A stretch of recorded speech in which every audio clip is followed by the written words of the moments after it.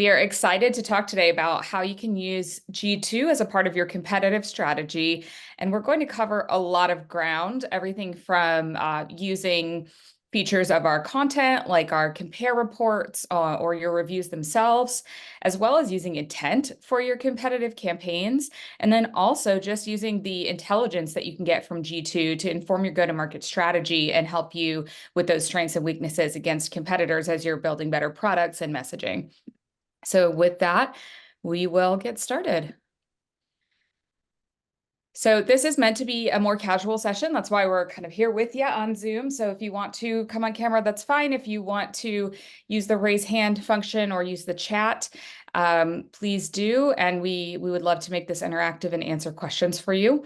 All of these will also be available on demand if you want to revisit it later. And of course, just a reminder that we have some great courses and other types of G2 training available on demand in G2 University. You can even get G2 certified. And again, just casual, so we're happy to chat with you about any questions you've got. So today we're going to look at competitive with G2 through the lens of kind of the three parts of our G2 cycle. So the customer voice or those reviews and the impact of those.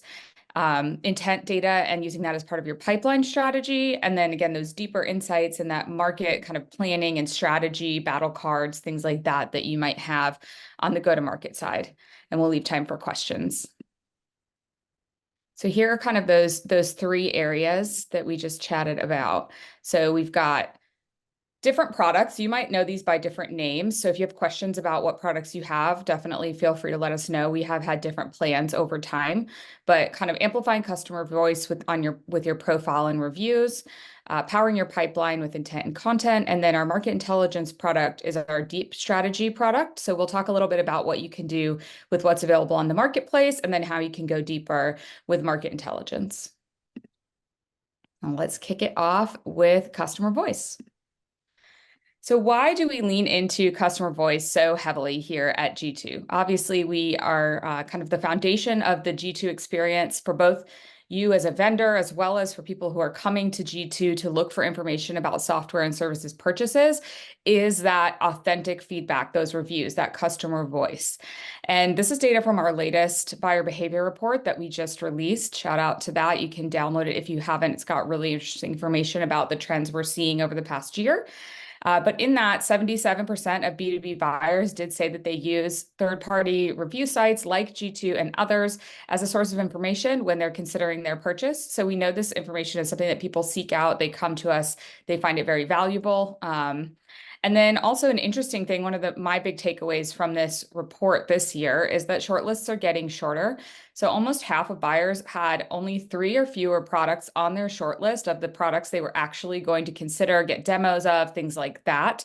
And that's actually a shrinking number versus previous years. So that makes it even more important just to kind of win their favor and attention early. And a great way to do that is using the voice of the customer rather than just your own voice. So we're going to look at some examples. That's kind of, I'm a visual learner. I love to see examples, see what others are doing. So we're going to look at how some people today are using their G2 reviews to position competitively and amplify what their customers have come and said on their G2 profile out into the market so that more people can find and experience it during that research process, during the sales process, really throughout the entire purchasing process. So here's a couple of use cases we'll look at. So the first one, this is with our G2 content subscription, where you can have more flexibility to showcase different proof points from what you've earned in the reports, as well as comparisons against competitors. I thought this was a really neat asset. This is one that the customer recently shared with us. This is just a little snapshot of it, but it's a whole ebook kind of positioning their own competitive advantages, as well as them versus various competitors in a little bit of a battle card fashion. So it talks about not just those competitors head to head and showing the ratings, but also their unique kind of positioning that they were able to glean from some of the reports that they were featured in.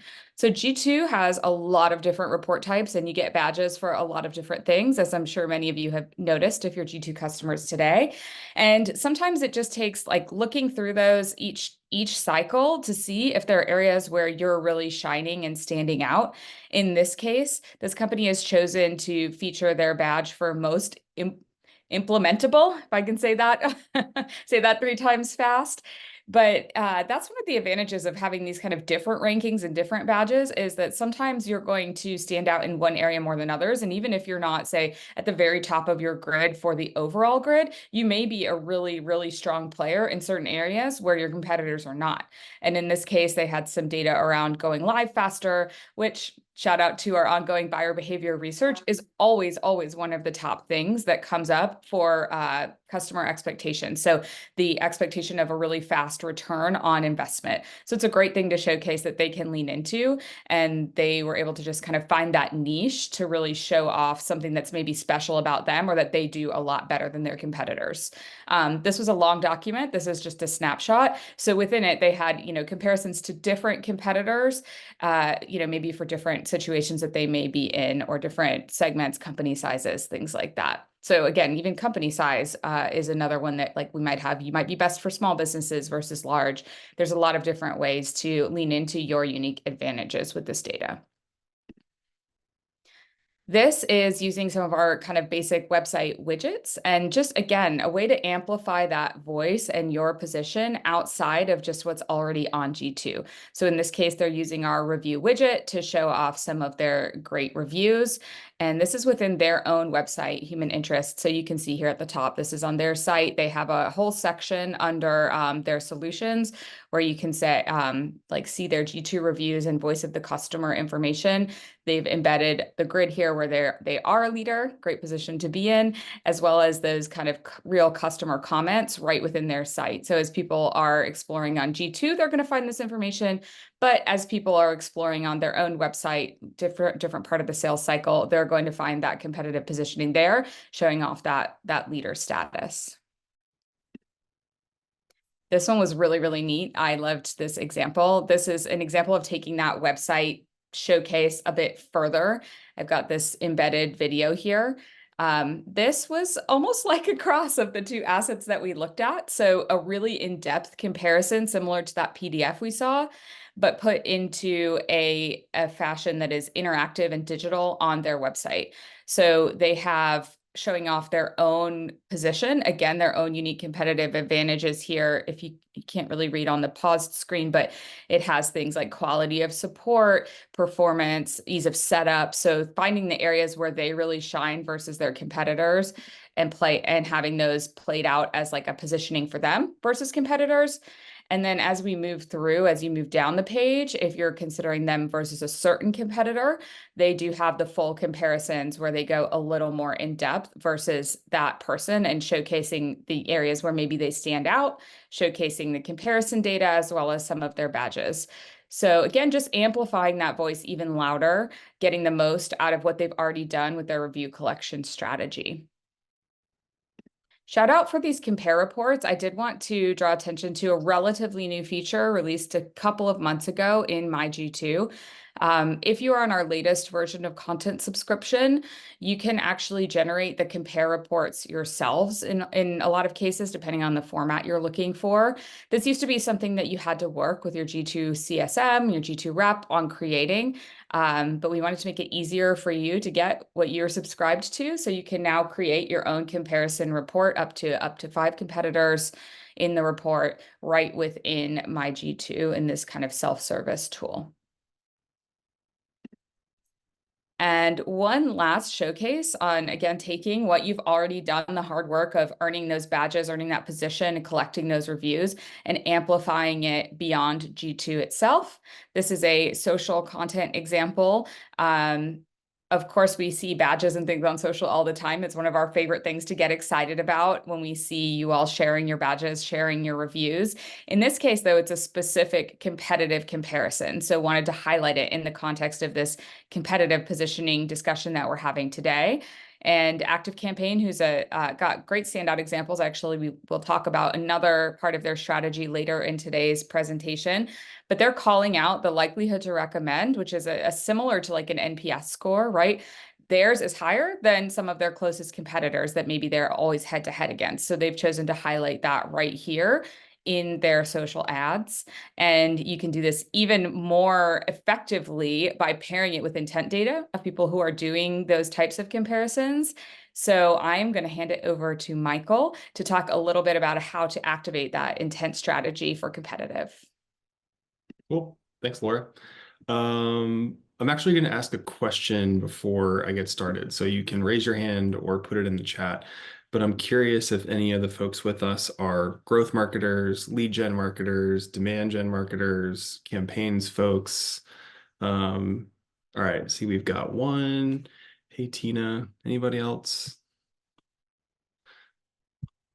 Cool, customer marketers. Awesome. Okay, so I love this section because talking about this is really the way that I came to working at G2. I've had so much success in the past using G2 buyer intent for competitive campaigns that I was like, I want to go do this full time and I want to help other people get the most of it too. So I'm going to talk you through how I've used competitive intent data and some of the best use cases for it. So next slide. It's as simple as this. What if I told you that I could show you the accounts that are researching your competitors or that are directly comparing you to your competitors? In the past, I've worked in super competitive categories that are really cutthroat. Like maybe it's like there's a lot of product parity, and so it's hard to be differentiated, or maybe there's a bunch of big fish in your category and you're a smaller fish. But getting that data to figure out who's looking at you or who's looking at your competitors or who's comparing you directly, I think us marketers have a competitive streak. Like we want that data. We know how good it is. And G2 is in a unique position to give it to you and make it actionable. So next slide. The good news is with G2 buyer intent, you can see all of that data and more. So we'll walk you through and show you how it works. Next slide. So here's a visual of different G2 buyer intent signals. I think most folks here, if you're familiar with G2, are probably aware of the profile view or the category view. I think in a competitive sense, the ones that we'll focus on today are people who've researched alternatives or who researched comparisons. So what that means is when somebody was shopping on G2, they may have looked at your profile or a competitor's profile, and there is an option there to click on view alternatives. And when you do that, it will show up with the other folks in your category. I think like we know that type of activity is pretty middle to bottom of funnel. If they're comparing you to your competitors and they're looking at who else is in your category, they're probably getting somewhat ready to buy if they're not already at that stage. So this graph has some examples of the types of campaigns and types of ads that you can use for these. So if somebody's researching alternatives, that's a great opportunity to run some campaigns, and maybe you use like your G2 grid, maybe you use your G2 badge. Like if they've looked at your brand and they want to see who else might be out there, it's a good time to tell them why you're better. And then similarly with comparisons, if you've got like customer quotes, testimonials, again, G2 badges, that's a great time to use some of that third-party validation and show your prospects what your like the people who are already your competitors say. I think as we've seen buyers' journeys change in the last 2 years, more and more people want to hear from current customers or current users more so than they're just going to a company's website and believing everything on the page and requesting a demo. So when you capture people at those critical shopping moments, looking at your competitors or comparing you directly, that's the stuff that really moves the needle and helps move people to the next phase or move them inbound and think, okay, this is a company I really would like to learn more about. So next slide. When we talk about competitive campaigns, I always say that it's about getting the right message to the right person at the right time. And if you're thinking about your full marketing funnel, we know that there's a time for upper funnel content, there's a time to be driving awareness, there's a time for middle of funnel content to be sort of like, building some affinity and familiarity. And there's also definitely a time to tell people why your brand is better. So like Laura was talking about before with some of the examples of when you use content, how you show folks, how you compare to your competitors or showcasing your badges, making sure that you're mapping that right type of content to the right funnel stage is where you really unlock the secret sauce with competitive. And so there's another slide here, I think, that shows an example of what good competitive outreach looks like. If so, here are some examples. When you look at the grid in your category, that's an opportunity for you to like use a grid, use a badge, and maybe you don't directly call out a competitor, but maybe you want to showcase some of your awards, or maybe you want to talk about your placement on the grid or being a leader.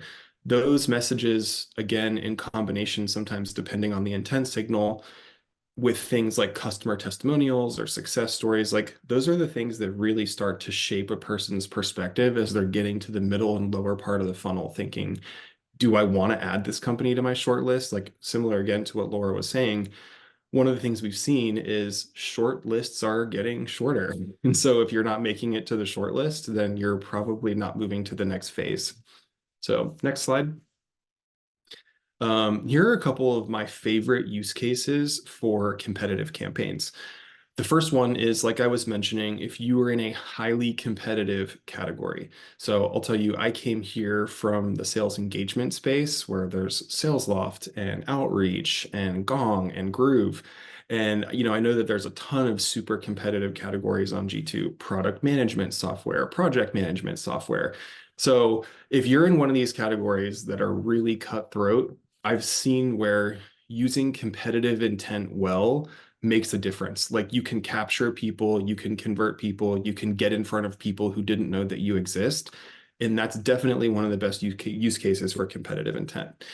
The second one here is if you are a smaller company in a big category, like let's say that you're in a category that's maybe got like 100, 150, 200 other competitors, and maybe some of them are really big and maybe your company's a little bit smaller. In that situation, sometimes it's hard to get those at bats, right? Like the big companies in your space tend to suck up like all of the impressions and all of the awareness. But if you're using intent data like this, what you can do is use the list of people who are looking at your category and suppress the list of people who are looking at your profile. And that unlocks all of the companies who are looking at your category and haven't looked at you yet. So that's an opportunity if you want to hit them with some awareness messaging. Like you might want to try to quickly walk them down the funnel and show them who you are or show them why you're better. Or you can also use those lists and share them with your sales team so that they can proactively outbound to them.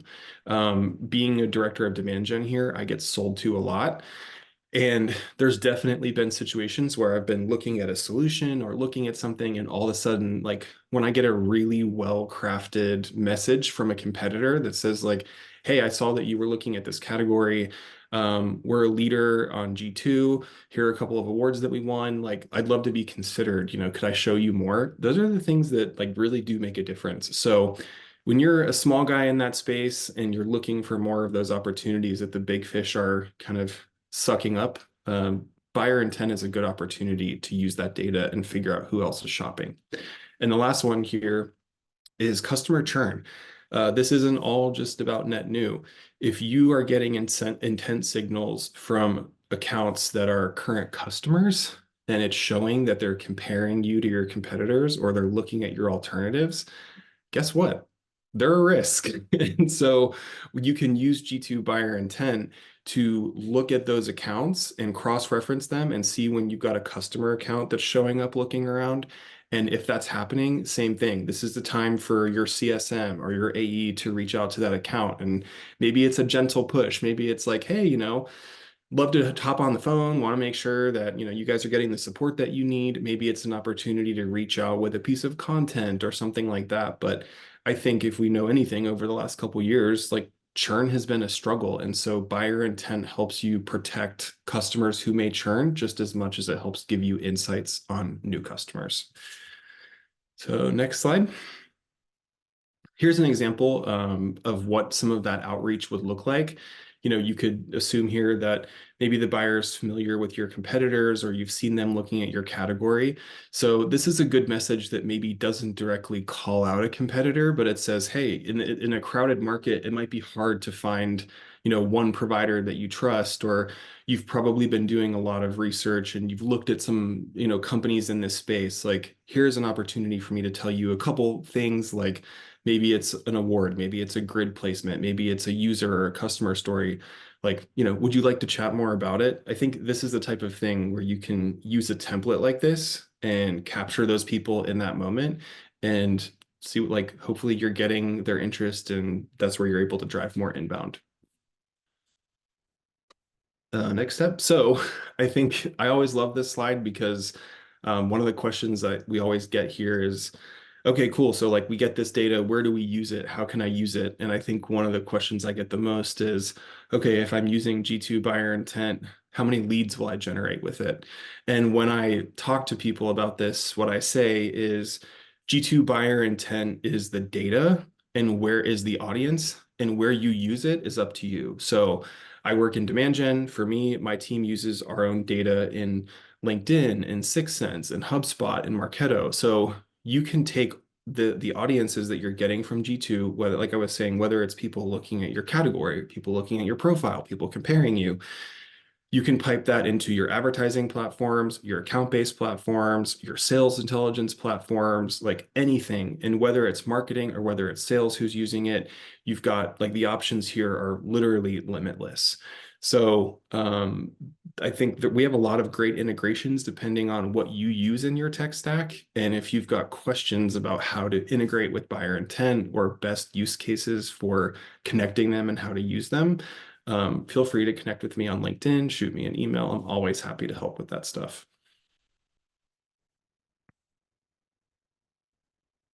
Awesome. Cool. I know intent is a big and unwieldy topic. So before I move on to go-to-market insights, I just want to pause briefly and see if there are any questions on kind of those first two sections we talked through. I know we've been answering some in chat. Anybody brave enough to come off and ask a question? If not, we'll keep rolling. Cool. Hey, I have a Tawal. question. Oh, Who went first? You got it. Go for it. Okay. So in your looking at the competitive alternatives, is Mhm. there a way to generate a report of that information that one can be either manually pulled or automated to send like on a weekly basis? A report, I just want to repeat back the question, a report of just the competitive comparison or alternative signals. So like basically Right, yeah. So people that are looking at our competitors, let's say we identify our top 3 competitors and there are people searching their page. Is there a way to pull a list of those people or those people that are looking, at alternatives? I don't want to answer incorrectly, so I would want to follow up and circle back. We do have filters that you can save in my G2 so that you can have the same filters always applied, and you can generate email reports from those. I just am not sure the exact combination of things you can do, so we can definitely follow up with you on that. Okay, great. Do you want to just clarify, because I know we saw a similar question in the chat about the competitive signals.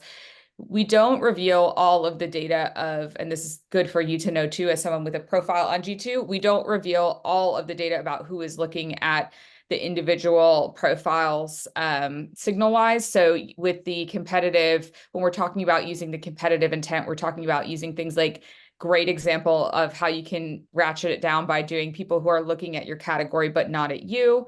Like Michael gave that great example. And also then the people who have done comparisons and alternatives, but it wouldn't just be a data dump of people who looked at, say, just your competitor's profile with no relation to you. And similarly, your competitors don't get that exact list too of who's shopping for you but never had any interactions with them.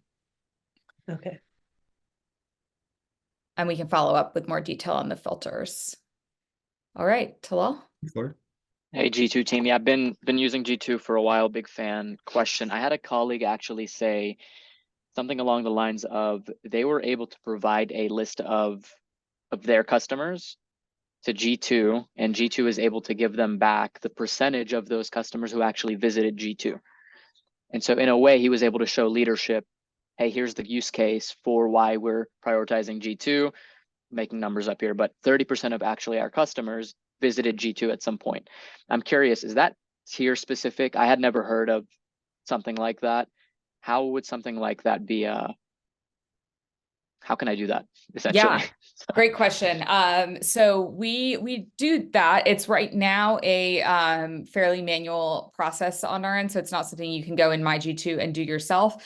For intent signals, you can, if you're using Track Your Prospects, you get some of that data, you can get data on who visited the G2 page as well as your own page, and whether they visited G2 first or you first. So you kind of get an idea of how we're driving traffic, or if people are interacting with G2 during their evaluation process.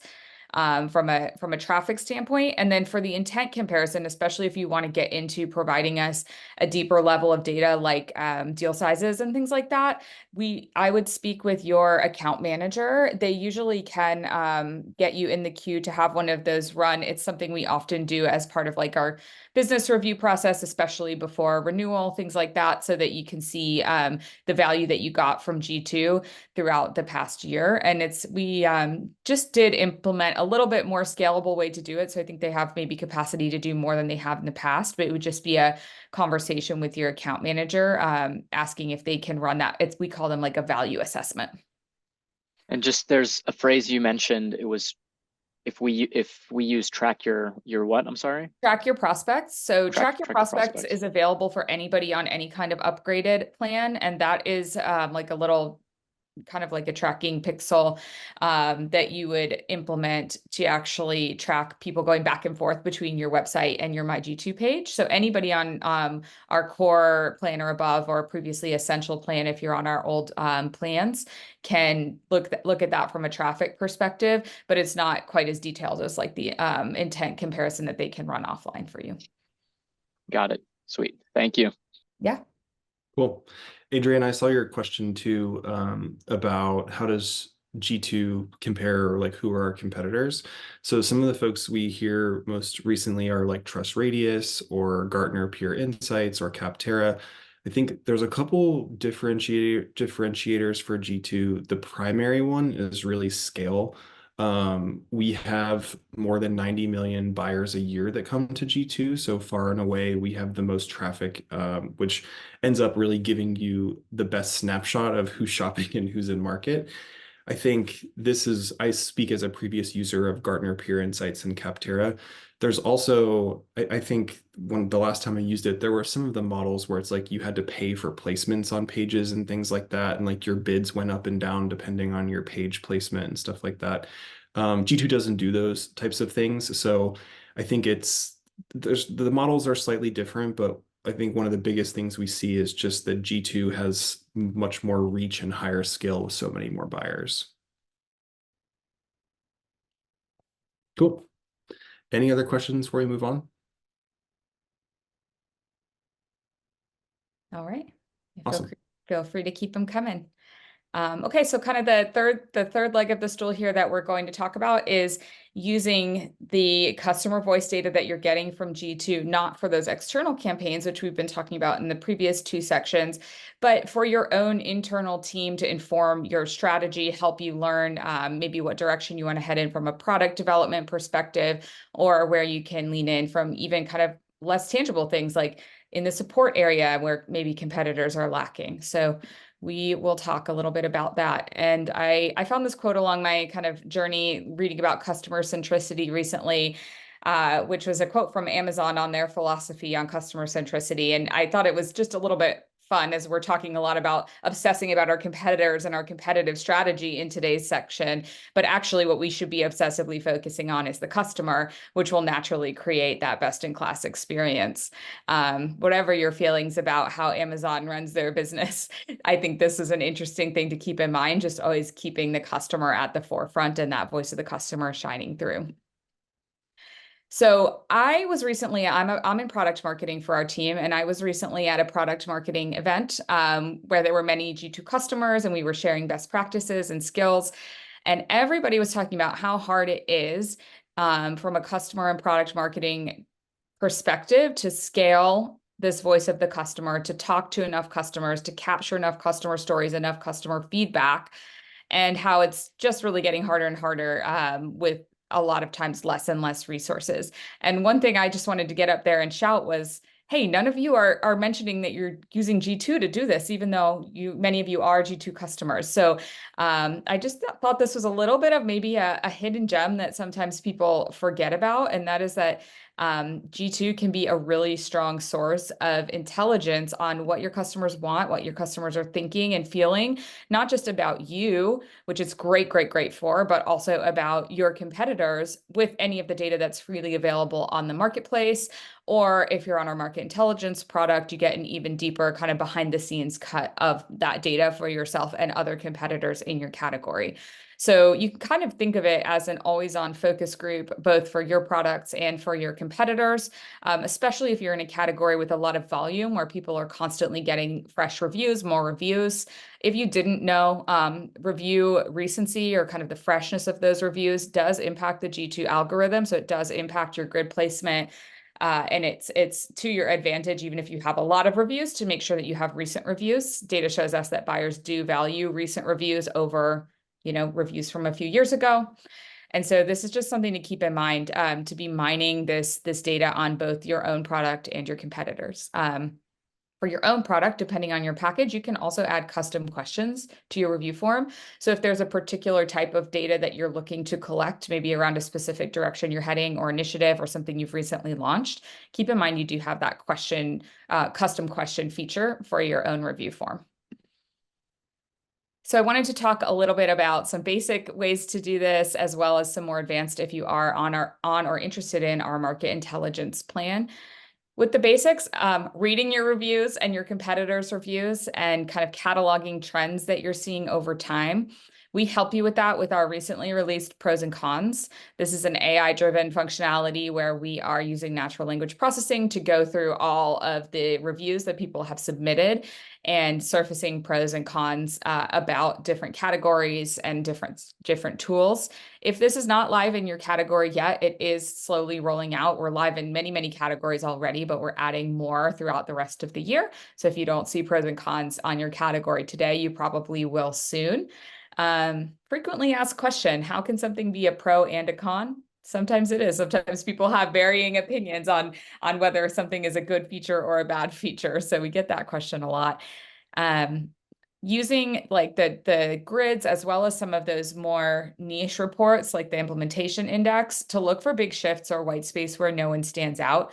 I mentioned support or like kind of quality of support as one of those. That's one I often see like nobody's really leading on, even within a really popular category when I look at the data. So in some cases, you may see something like ease of use or support that's not even a product feature, but is an area where maybe you can lean in if you feel that you are good at that and should be showcasing more, or take the opportunity to say, hey, no one's really good at this. I think we should, invest some energy and some strategy in becoming the standout, customer service provider within our space, and looking for those opportunities to kind of pull ahead of the competition.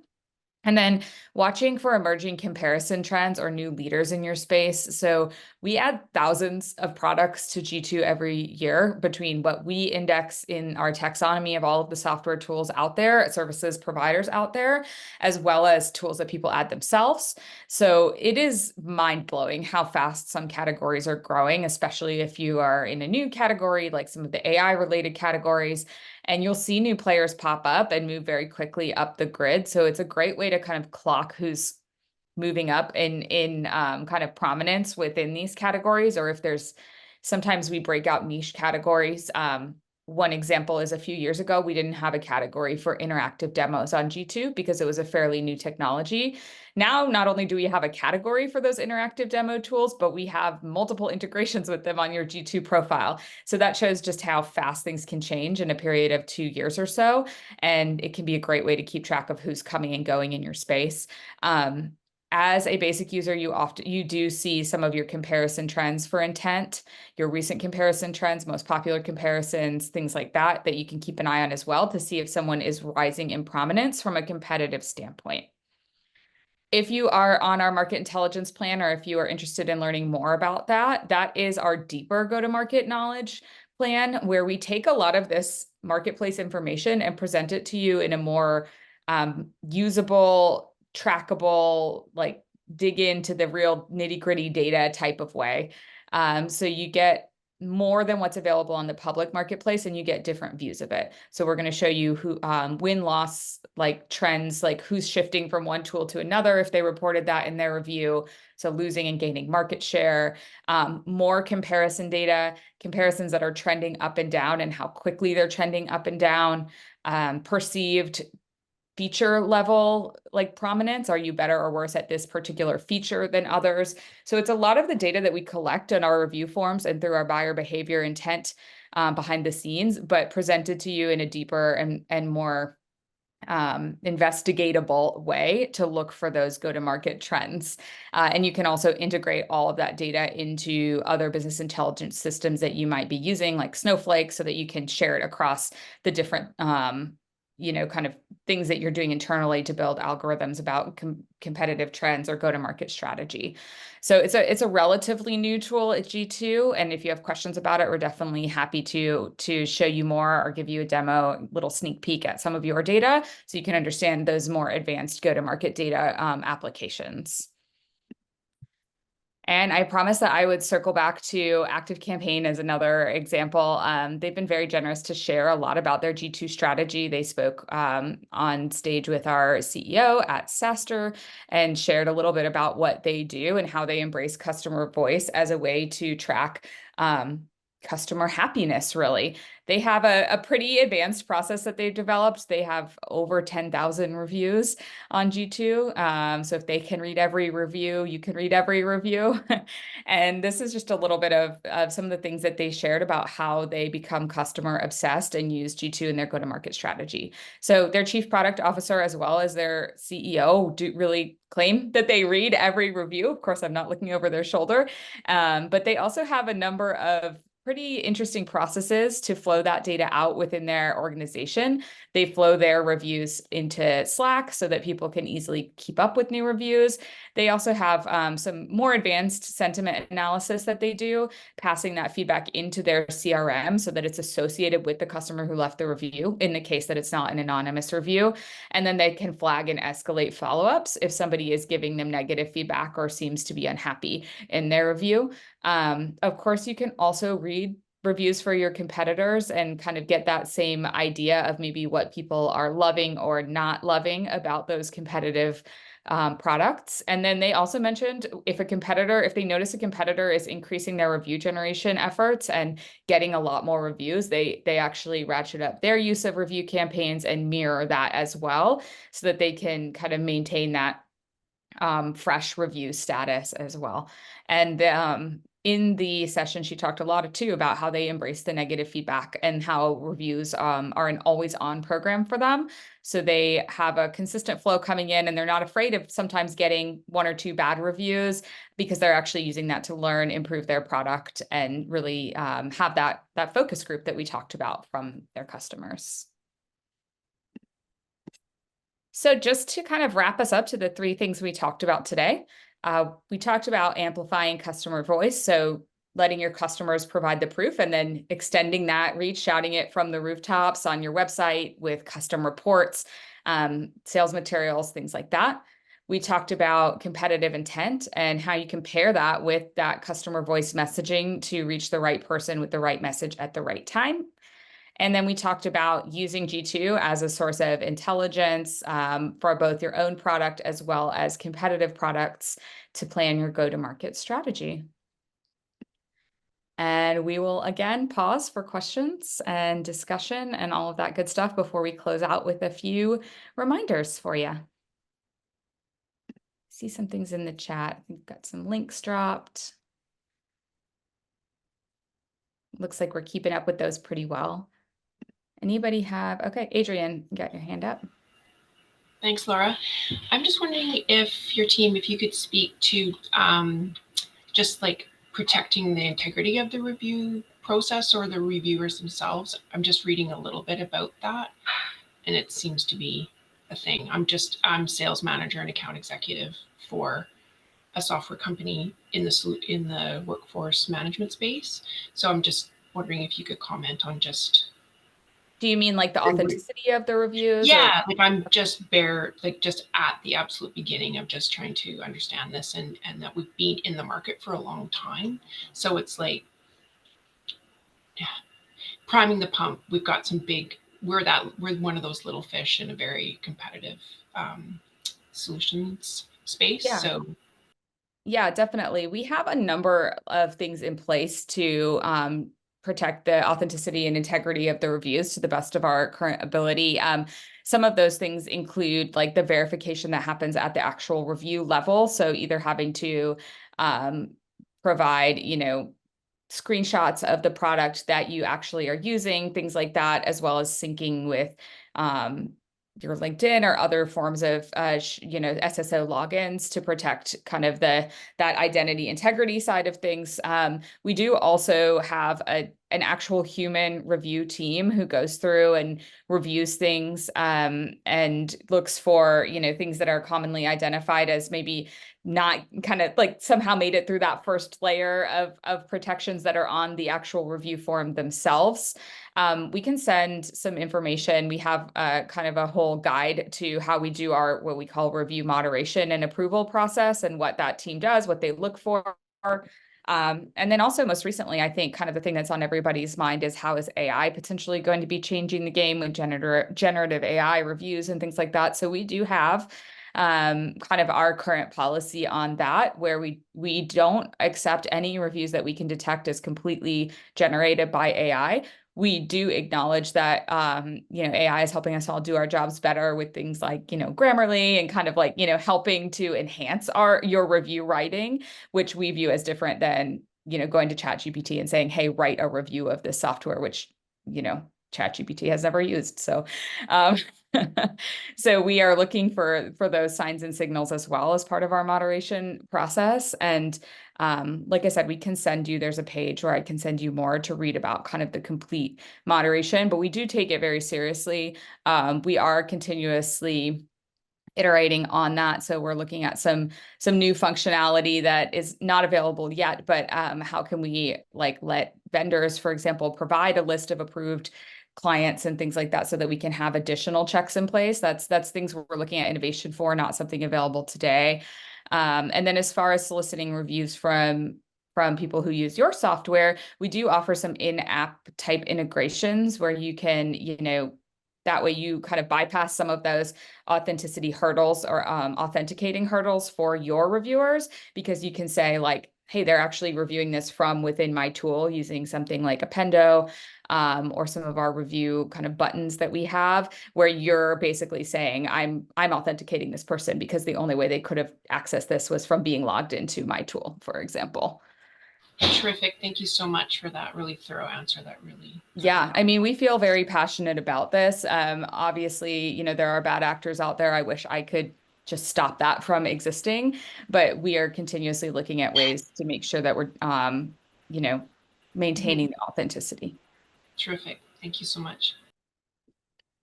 Talal? Hey, I had a question about reference pages. We're trying to ramp up some of our very specific use cases. For example, if someone mentions a competitor, if someone talks about a specific product, I'm curious, what are best practices around trying to get reviews for specific asks, not about the product itself. I know we don't have the ability to customize questions once they land on G2, correct me if I'm wrong on that, but sometimes we would like to ask customers for their feedback or their review on something specific. For example, their migration from one company to another, some of their favorite features, stuff like that. You do, depending on which plan you're on, have the ability to add a limited number of custom questions to your form. So you could certainly look at that. Like you might want to change them out over time, depending on what you're interested in learning about. other than that, that's a good question. I mean, certainly you could do targeted review campaigns where when you reach out to people, you could ask them, you could say like, hey, we'd love for you to review us on G2. In particular, our product team is looking to learn about your experience with XYZ. So I think, obviously without telling them what to say, you could tell them what you're interested in learning. And depending on your target audience, your target users, your field, I do find that people are pretty receptive to that in terms of like wanting to give feedback and really feeling seen by being asked for that feedback. So that would be another, I have not tried that, but that would be something that I would try if I were trying to do that is, in the review ask itself, providing a little bit of coaching on what, how you use reviews. Like we use this to learn about, these different areas or how we can do better, or, you want to learn about your experience with our latest release or something like that. And, just asking them to maybe zone in on those areas when they're writing their review. Copy that. With reference pages, I don't know if this is something that exists, and you can absolutely, we'll talk about this afterwards if possible. Are there use cases, customer stories, anything around someone in the G2 customer base that does reference pages really well? Just putting that out there, but if it is, it'd be extremely helpful. I don't have an example at my fingertips, but I'm sure we can find some for you. I love reference pages. I think they are a very underutilized part of the tool. So if you don't know what reference pages are, and if you are a G2 customer, it's the ability to basically spin up quick custom landing pages where you select reviews that you want to showcase.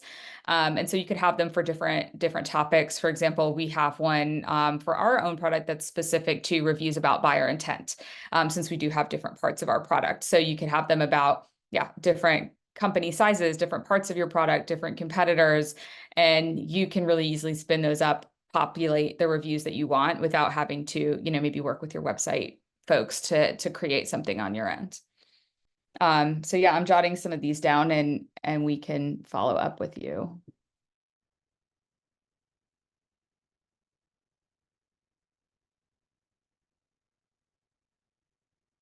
Literally jotting things down over here. Anybody else? I know we're almost out of time today. Really appreciate the questions. Sometimes we get radio silence on these. Well, as you're thinking about any final questions, my graphic didn't appear here. Wanted to just shout out a couple of things coming up. So in our G2 University on-demand courses, we just launched G2 for Customer Marketers course. So I know we've got some customer marketers on the call today. And then I had a nice picture here, which seems to have disappeared, but in July, on July 31st, we are running a review bootcamp type session for our office hours. So if you want to learn about everything reviews, how to collect more reviews, things like that, we'll be running a course on that next month. And then all of these office hour sessions, including today's, are available on demand on our G2 resource hub. So if you missed any past sessions or you want to watch this one again, you can check it out there. And just a little plug for the types of things you can learn in the G2 for Customer Marketers course, which Aaron and team, who's on the call today, worked on putting together for you. Cool. All right. If there are no more questions, that's what we've got for you today. And like Michael said, feel free to reach out on LinkedIn or otherwise, or reach out to your account teams if any other questions come up, and we'd love to continue the conversation.